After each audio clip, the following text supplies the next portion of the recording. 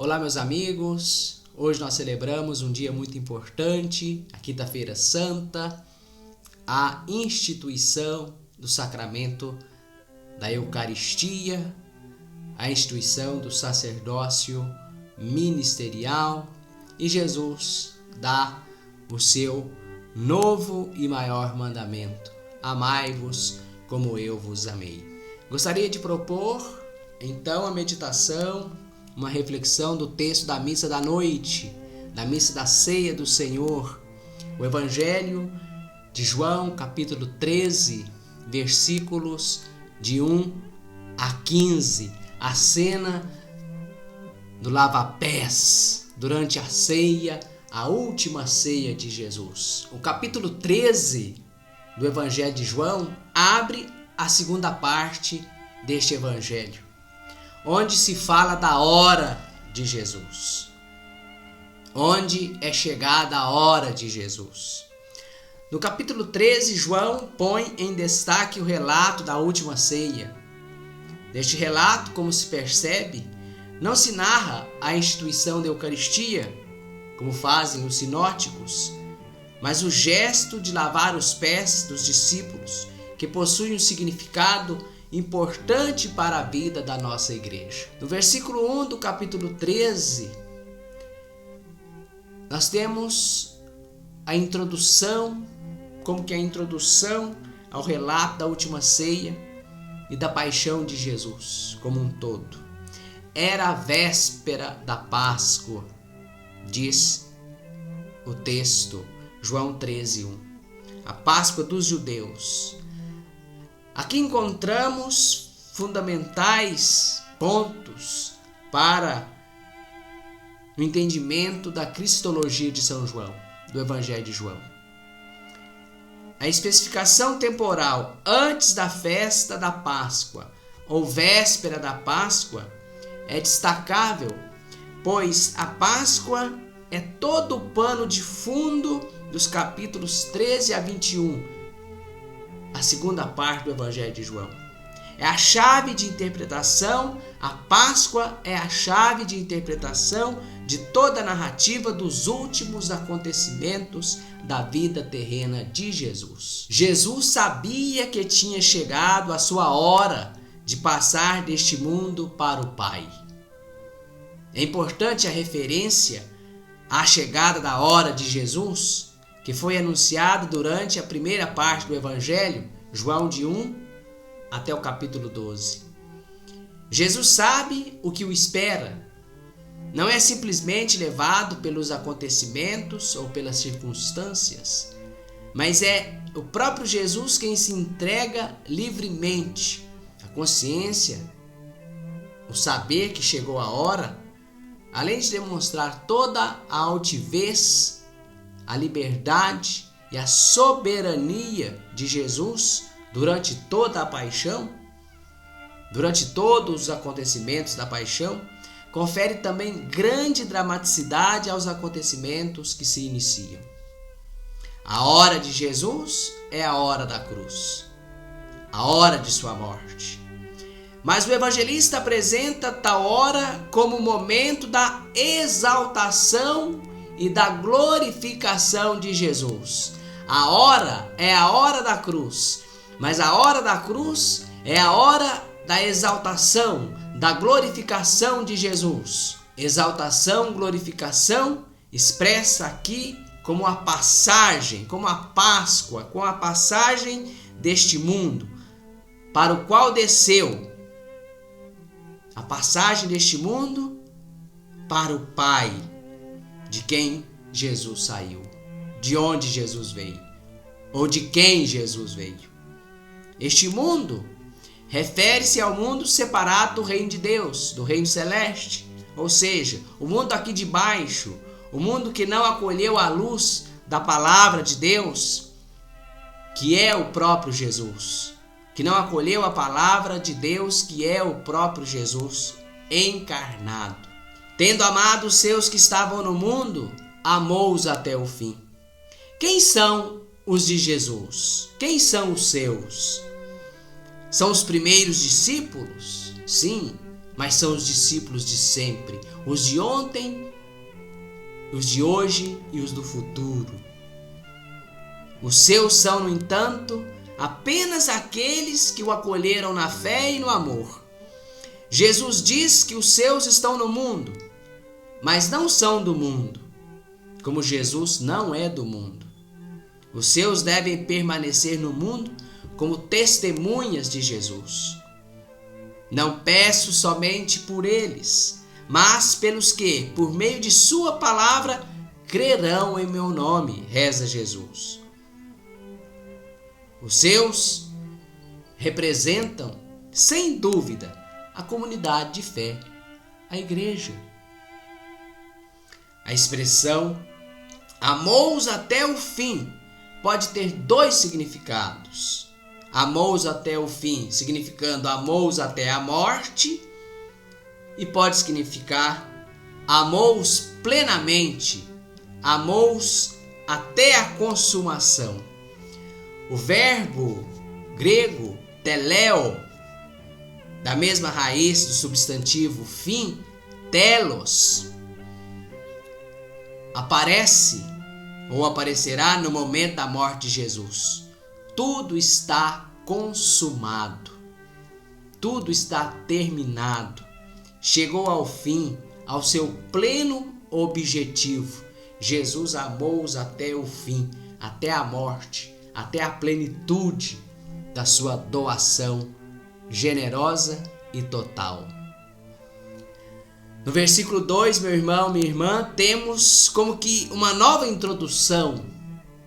O evangelista refere-se agora mais estreitamente à ceia de Jesus, reunido com os seus discípulos.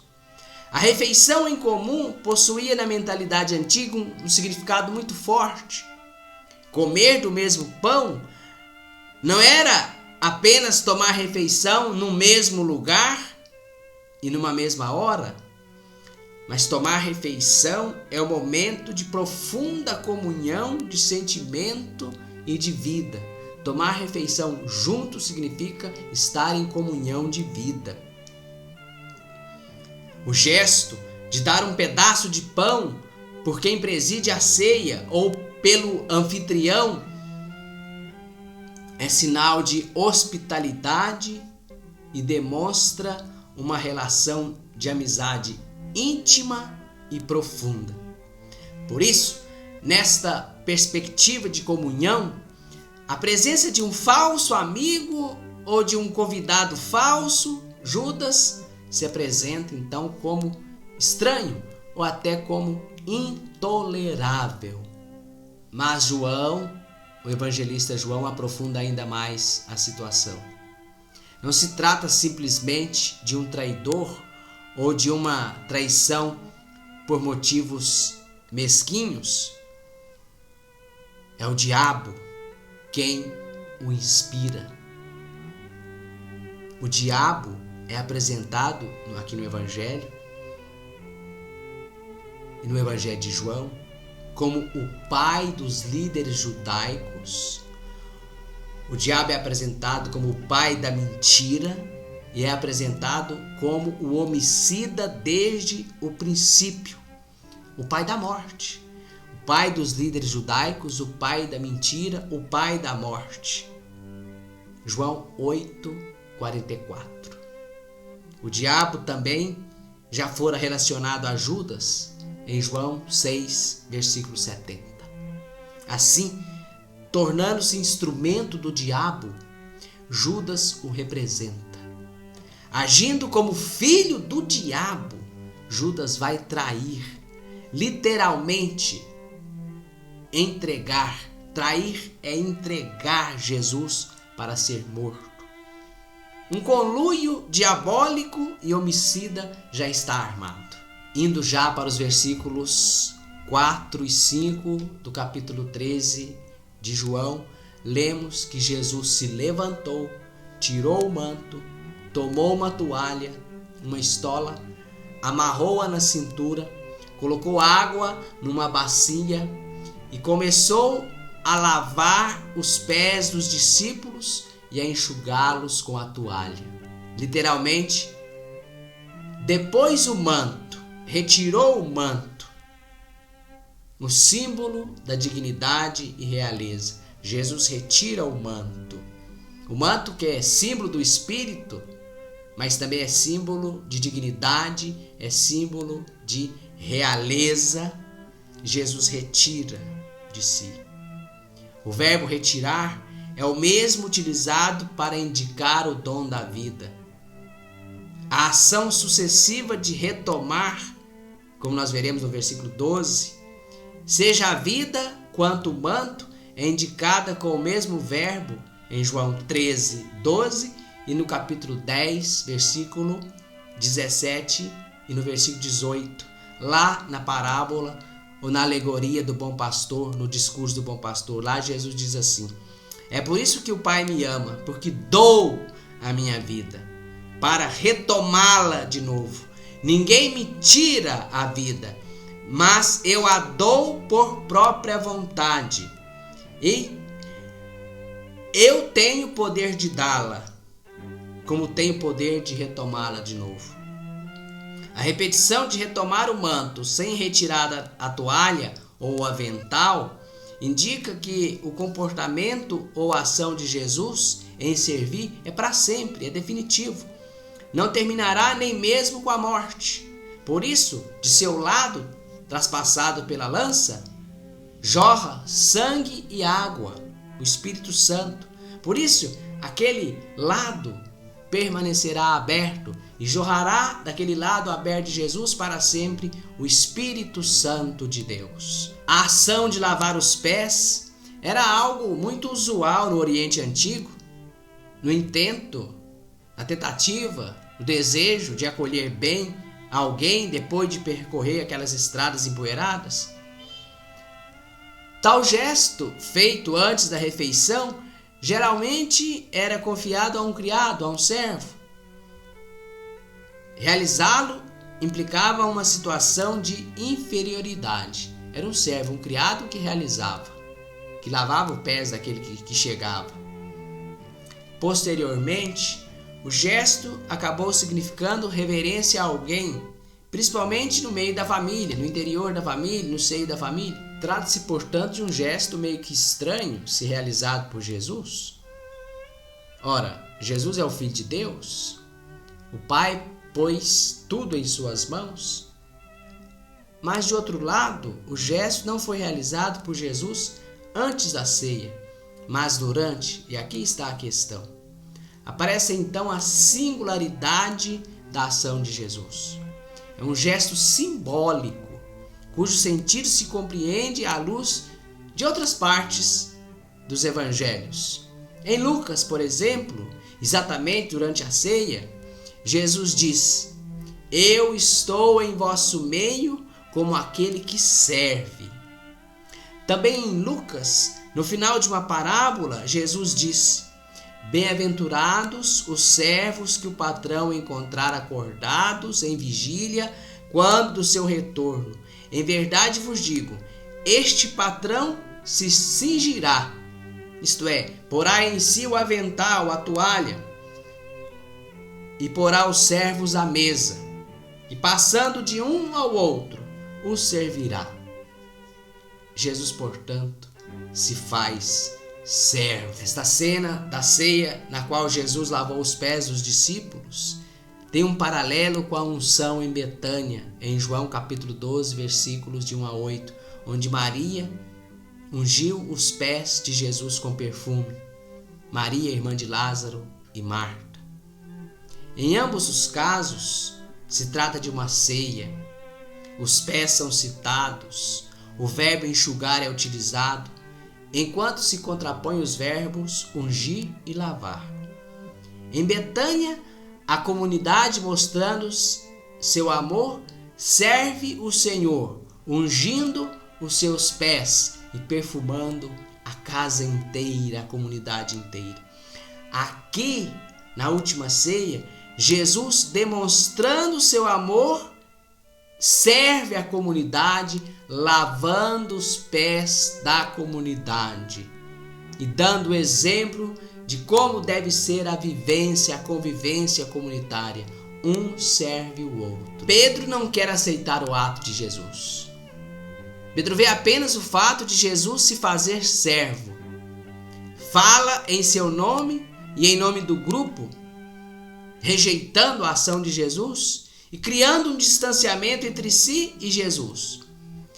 Pedro, que proclamou sua fé no Santo de Deus, não entende que Jesus o sirva, não compreende aquele ato, não entende que Jesus o sirva e queira reverter os papéis. Deveria ser ele, Pedro, servir Jesus e não o contrário. Deveria ser ele, Pedro, que deveria lavar os pés de Jesus e não o contrário. No versículo 7, Jesus responde que Pedro compreenderá tal gesto somente mais tarde, isto é, depois da Páscoa, quando o Espírito Santo vier sobre os discípulos. No versículo 8, não atento à resposta de Jesus, Pedro se aferra em sua rejeição com mais força ainda, com força maior. Jesus então, de modo firme e categórico: se não te lavar os pés, não terás parte comigo. Na Bíblia, ter parte significa compartilhar algum bem, uma herança. Ter parte significa ter parte na terra prometida, receber em herança a terra prometida. Nas palavras de Jesus, no entanto, ter parte indica uma pertença definitiva, uma comunhão definitiva de vida com Ele. Ter parte com Ele é estar em comunhão definitivamente com Ele. O lava-pés recebe este significado então. Torna-se o meio que permite ao discípulo alcançar tal comunhão de vida com Jesus. No versículo 9, Pedro pensa então que se trata de um novo rito de purificação como aquele dos judeus. Para isso, oferece para que sejam lavadas também as suas mãos e a sua cabeça. Mas não é este o sentido do lava-pés. Não é de purificação, não é um rito judaico de purificação, não é apenas um rito litúrgico de purificação. O lava-pés é o símbolo do dom de si, do dom generoso de si, da doação generosa de si, que Jesus está para concretizar soberanamente, entregando-se à morte. Jesus que se entrega à morte soberanamente e livremente. Não esqueçamos disso. E este é o tom da narrativa da paixão do Evangelho de João, abrindo um parênteses e fechando um parênteses. Jesus é sempre altaneiro, soberano, não se abate, ele se entrega. Ele é quem conduz os acontecimentos e não os outros. No versículo 12, Jesus retoma o manto, mas não é dito que Jesus retirou a toalha, o avental ou a estola. É que a toalha de Jesus, nós sacerdotes, usamos como símbolo daquela toalha a estola, que colocamos assim quando presidimos a missa ou os sacramentos. E aquela estola, então, não é sinal de poder, mas é sinal de doação, de entrega generosa de si, como Jesus. Não é sinal de poder, vamos tirar isso da cabeça. É sinal de entrega, de doação, de disponibilidade, ou de desejo de disponibilidade como o de Jesus. Nós fracassamos, nós somos humanos, mas queremos e devemos, nós sacerdotes, buscarmos assemelhar sempre mais a Jesus que nos deu o exemplo, servir os outros. E as pessoas também, não é só o sacerdote, não é só o padre que deve ser aquele sinal de doação, de serviço à comunidade, mas cada batizado também, inspirando-se primeiramente no Cristo e no seu Padre, que deve ser um exemplo, sim, de serviço a todos. Jesus retoma o manto. Não é dito que ele tirou a estola, a toalha, que ele desamarrou a toalha. retomou o manto por cima do símbolo de sua entrega e sentou-se. Retomou o manto por cima da toalha, sem retirá-la, e sentou-se. Jesus retoma a sua vida, a sua dignidade, a sua realeza. Ele é rei. Mas, comparado com o versículo 4, que nós lemos agora há pouco, falta uma ação. Jesus não tira o avental, como eu acabei de dizer. O sinal distintivo da pertença a Jesus na comunidade, em todos os tempos, é o avental, é a toalha que serve, que é o símbolo do servir, aliás. O evangelista João, então, apresenta a última ceia sem as palavras da instituição da Eucaristia, afirmando deste modo a prioridade do comportamento interior em relação ao rito. O memorial da Eucaristia tem sentido somente se acompanhado do mesmo espírito de serviço e de amor presentes em Jesus durante a última ceia. A prioridade do comportamento interior é grande em relação ao rito exterior. Celebrar a Eucaristia dignamente é celebrá-la em espírito de serviço, de doação de si.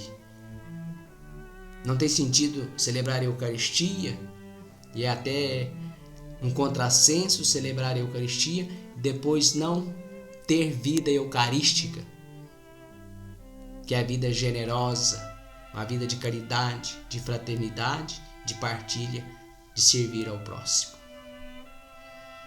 Meus irmãos, deixo duas perguntas, duas questões para a nossa reflexão nesse dia, nesta quinta-feira santa.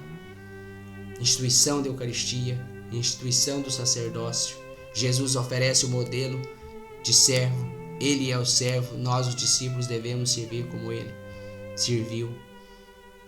Nesse dia que Jesus dá o grande mandamento, amai-vos como eu vos amei. Duas questões, dois pontos para a nossa meditação, oração, reflexão. Me sinto amado por Jesus até o fim? Eu me sinto amado por Jesus até o fim? E quero amar como Jesus amou? Amai-vos como eu vos amei. Eu vos amei até o fim, plenamente, gratuitamente, sem nenhuma condição. É outra. Eu me deixo purificar pela escuta da palavra de Jesus? De que modo estou disponível para lavar os pés dos meus irmãos e irmãs? Acabou que foram várias questões, né? Me sinto amado por Jesus até o fim, amo até o fim também, amo sem restrições, me deixo purificar e me lavar pela palavra de Jesus. De que modo eu estou disponível para lavar os pés de meus irmãos e minhas irmãs? A Eucaristia para mim é apenas um rito exterior? Ou quando há possibilidade de participar da Eucaristia, da celebração eucarística, eu celebro esse espírito de doação, de generosidade e faço da minha vida uma vida eucarística, uma vida de oferta, uma vida de alegria, da disponibilidade de estar a serviço dos meus irmãos. Esta é a nossa reflexão para esse dia. Que Deus te abençoe e te guarde. Peço que, se for possível, se inscreva aqui nesse nosso canal. É só apertar o botãozinho vermelho ou onde está escrito em vermelho inscrever-se. Fazer-se parte também dessa comunidade, desse nosso canal, Sagrada Palavra, aqui do Padre João Batista, que medita a Palavra de Deus, que procura meditar, refletir a Palavra de Deus com as pessoas. Que Deus te abençoe e te dê feliz Páscoa. Que Deus te abençoe hoje e sempre, em nome do Pai, do Filho e do Espírito Santo. Amém. Shalom. Feliz Páscoa.